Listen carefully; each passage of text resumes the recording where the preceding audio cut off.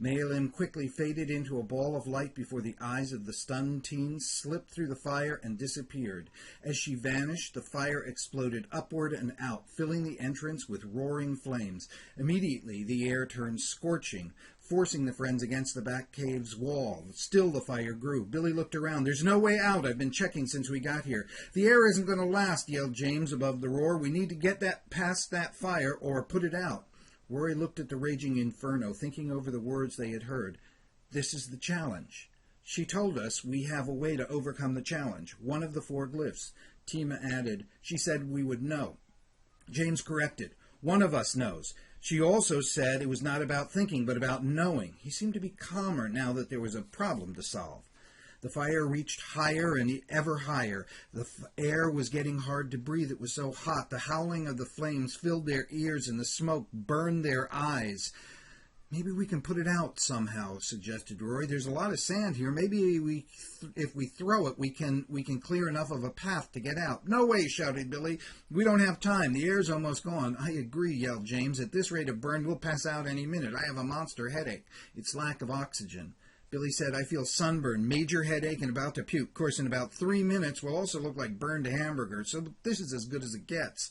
Tima punched his shoulder. "Shut up. We have to find an answer. They don't want to kill us. They want us to solve the challenge. What are the 4 glyphs?" Rory closed his eyes and pictured Mealim drawing in the sand. "Bird is from the air and brings the power of perception. Snake from fire brings the power of change. Buffalo is earth with time and patience. Whale from water and crosses boundaries."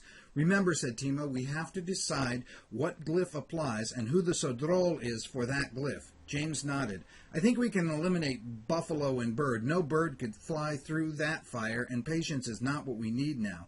They were all gasping for air, their faces red and gleaming with sweat. Rory looked around, eyes burning with smoke and regret. Look, everyone, I'm really sorry. It was my idea to dig this hole, and I got us into this, and now—" James punched him in the arm. "Shut up!" He glared at Rory. "It's not over till it's over. And there's no use spending our last minutes whining. We each decided if we get out of this, we'll decide what to do next. Now shut up and let's deal with it." Rory looked at the others. They had the same look on their face. Desperate but determined. Rory nodded. "Okay, thanks." Tima said, "So, whale or snake?" Billy had a flash of inspiration. It's snake, of course." Rory remembered Mealim turning into a snake. "That's right, she showed us." Billy nodded. "And the snake is fire, and that's our problem." Rory panted, feeling dizzy from lack of air. "Its power is change and knowing what to leave behind. But what does that mean?" James rasped, "Well, first we better get like snakes and get our heads down at ground level. There's not much air left." They all lay down as the fire battered them with heat. Gasping, Rory thought back to Mealim's words. "We have to look inside. It's not something we can all figure out. One of us is the Sodrol and knows the answer." The fire roared. Talking was too much effort. There was not enough air. They all fell silent, looking at each other in the burning light as the smoke and sparks filled the air. Rory closed his eyes and tried to go inside, but he could not come up with any ideas or answers. This is it, he thought. He wondered if there would be a body to find back in his kiva, or if his bones would be here in the cave. Suddenly he had an inspiration. Belaha had said they were not traveling with their bodies until they activated the stone. That's why they couldn't bring back what they needed from his kiva. Rory opened his eyes. Tima was staring at him. He knew she had the same thought. "Our bodies," she rasped. She started to pull herself up, using the wall of the cave, staring at the blazing inferno. "We're going out straight through the fire." "What?" protested James. "We'll fry." Tima was certain. "No. Not if we lose our form and become those clouds of energy. That is what she was showing us. Belaha told us too. These bodies are illusions." Rory was straightening too. "You're right, but how do we turn into the cloud? We only changed when Mealim or Belaha did it to us." "No," said Tima. "They helped us. But it is what we are. I know. I can feel it." She looked at Rory. "It's me. This is my seed." Tima's eyes were sparkling. "What we have to do to leave is leave behind our view of the body. All we need to do to walk out of here is to walk out of here. The fire is real, but our bodies don't have to be." James shook his head. "That's ridiculous.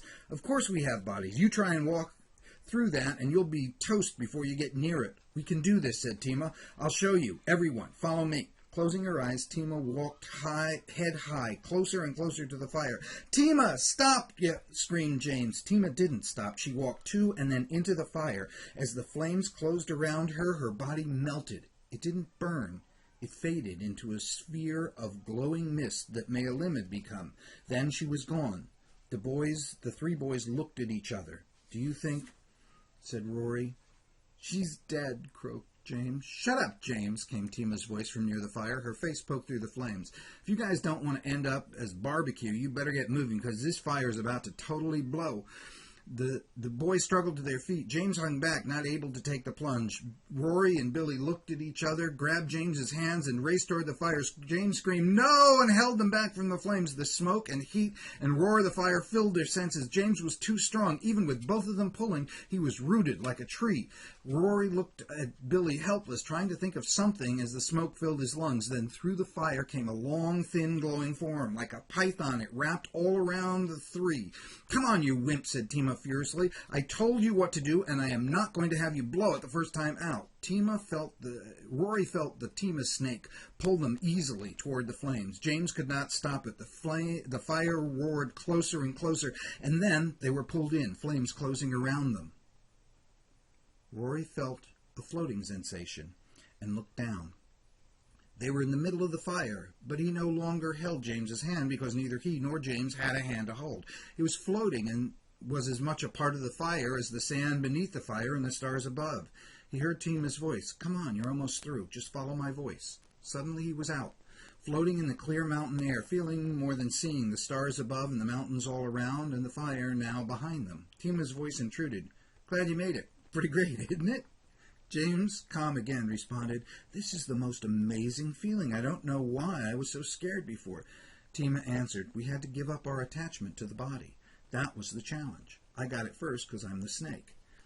Billy laughed. "If I said that to you, you'd probably punch me. So, do you know what to bring back to make the stone work for your glyph?" Tima was silent, thinking. Then she replied, "Of course. Now I see it. It's so obvious." "Yes, I know. Let's go back." Rory was enjoying himself, pointing his thoughts and his eyes in every direction. "How do we get back into our bodies if we left them behind?" Tima slowly faded in on the trail near the fire.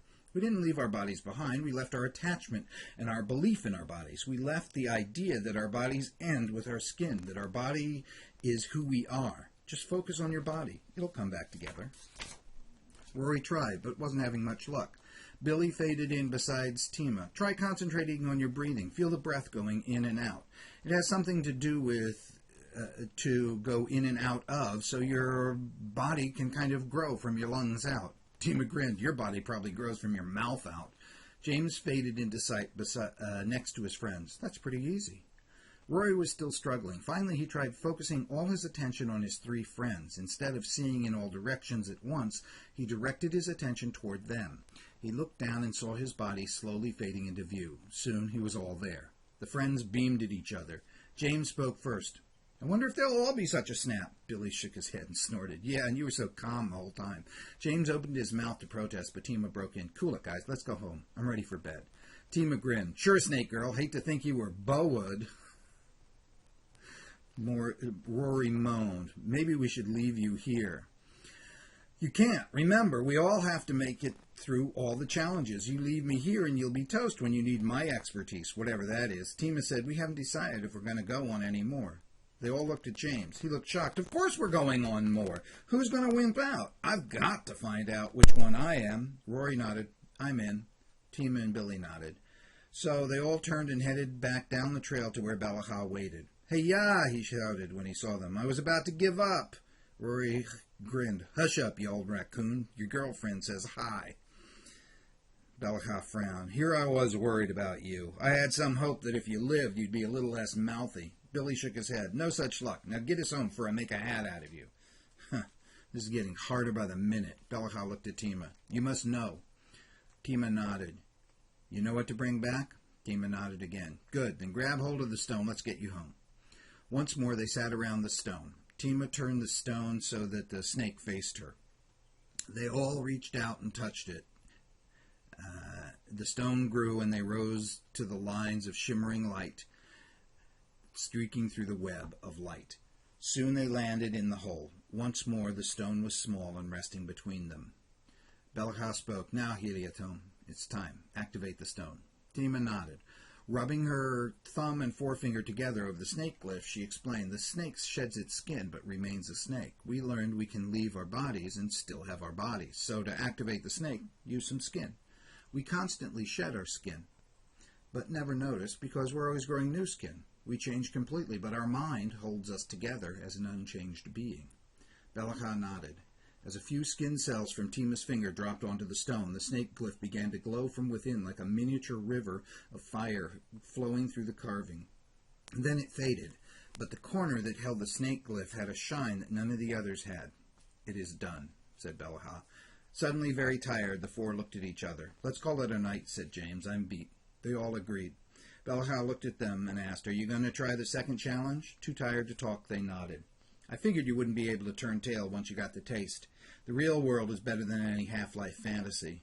Rory grinned, realizing how true this was, even through his weariness. Belaka clapped his hands together 3 times as if calling an end to a ceremony. Next Sunday, night of the new moon. Same time, same place. Be ready. With that, he faded out. Mumbling their farewells, the 4 climbed out of the kiva and headed home. A short time later, Rory slipped into the house. All was quiet.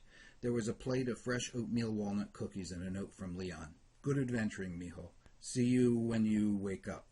Rory smiled, grabbed a handful of cookies and a glass of milk, and went upstairs. He looked out the window at the stars for a minute, wondering where he traveled this evening. Too much to think about, he decided. So finishing the milk, he pulled off his clothes, fell into bed, and was soon asleep.